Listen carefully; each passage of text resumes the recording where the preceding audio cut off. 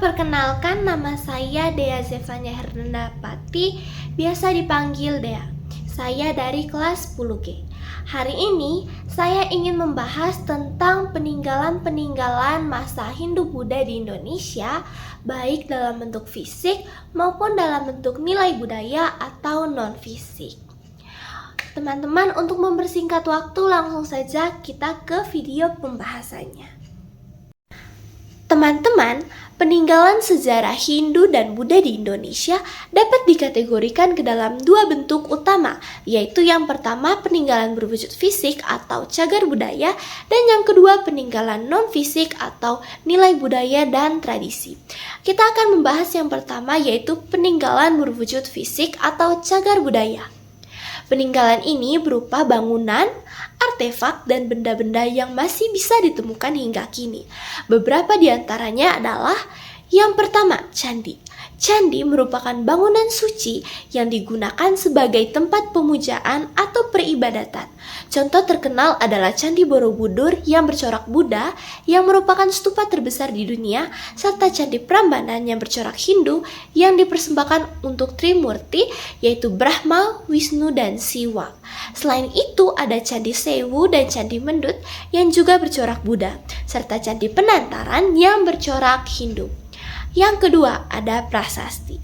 Prasasti adalah peninggalan tertulis yang biasanya diukir di batu atau logam.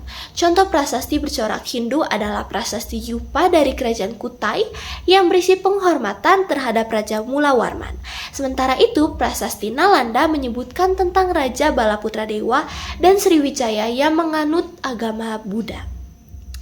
Lalu yang berikutnya ada arca dan relief. Arca adalah patung yang menggambarkan dewa-dewa atau tokoh spiritual. Misalnya arca Dhyani Buddha di Borobudur dan arca Ganesha di Candi Hindu. Relief yang terdapat di dinding Candi Borobudur menggambarkan kisah Jataka, sedangkan relief di Candi Prambanan menggambarkan kisah Ramayana. Yang berikutnya ada stupa dan lingga yoni.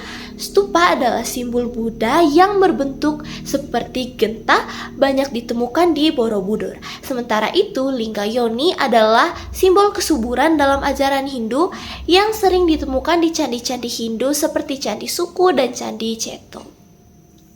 Lalu yang terakhir ada manuskrip kuno. Beberapa kitab kuno yang masih ada hingga kini mencerminkan warisan Hindu-Buddha seperti Negara Kertagama, catatan perjalanan Majapahit oleh Empu Prapanca, dan Kakawin Arjunawiwaha, yaitu karya sastra Hindu yang menggambarkan kisah Arjuna dalam Mahabharata. Selanjutnya, saya akan membahas tentang peninggalan non-fisik dari peradaban Hindu-Buddha yang masih terasa dalam berbagai aspek kehidupan masyarakat Indonesia hingga kini, terutama dalam budaya, tradisi, bahasa, dan sistem sosial. Berikut saya akan memberikan beberapa contohnya. Yang pertama, sistem kepercayaan dan filsafat. Konsep karma dan reinkarnasi masih banyak dipercaya di masyarakat Hindu Bali dan dalam berbagai ajaran spiritual di Jawa. Lalu ada upacara keagamaan seperti Waisak bagi umat Buddha dan Ngaben, yaitu upacara kremasi di Bali yang berakar dari ajaran Hindu. Lalu ada pemujaan gunung dan alam, yaitu kepercayaan bahwa gunung dan sungai memiliki kekuatan spiritual masih terlihat dalam tradisi di Jawa dan Bali, seperti pemujaan Gunung Semeru yang dianggap sebagai tempat suci bagi umat Hindu. Lalu ada sesajen dan ritual keagamaan. Tradisi memberi sesajen di pura, rumah, atau tempat tertentu untuk menghormati roh leluhur dan menjaga keseimbangan alam. Yang kedua, ada bahasa dan sastra. Pengaruh Sanskerta dalam Jawa kuno masih banyak sekali terlihat dalam kosakata dalam bahasa Indonesia dan Jawa seperti dari Sanskerta, yaitu desa, raja, agama, sastra, mantra, dan tirta. Kakawin dan sastra klasik. Karya seperti Ramayana, Mahabharata, dan Negara Kertagama dan Sutasoma masih dipelajari dan menjadi inspirasi dalam seni serta budaya. Lalu ada ajaran Bhinneka Tunggal Ika, berasal dari Kakawin Sutasoma karya Mpu Tantular yang kini menjadi semboyan negara kita Indonesia. Yang ketiga dalam aspek seni, musik, dan tari. Wayang kulit dan wayang wong, yaitu banyak lakon dalam wayang berasal dari kisah Mahabharata dan Ramayana seperti kisah Pandawa dan Rahumana. Lalu ada tari tradisional seperti tari kecak di Bali yang bercerita tentang Ramayana dan tari topeng Jawa yang sering mengangkat kisah kerajaan Hindu-Buddha. Selanjutnya ada gamelan. Musik gamelan yang digunakan dalam upacara adat dan pertunjukan seni masih mengandung unsur Hindu-Buddha baik di Jawa maupun di Bali. Lalu yang keempat, ada sistem pemerintahan dan sosial. Struktur kerajaan dan gelar bangsawan, yaitu pengaruh sistem kerajaan Hindu-Buddha masih terlihat dalam penggunaan gelar seperti raja, sultan, dan prabu.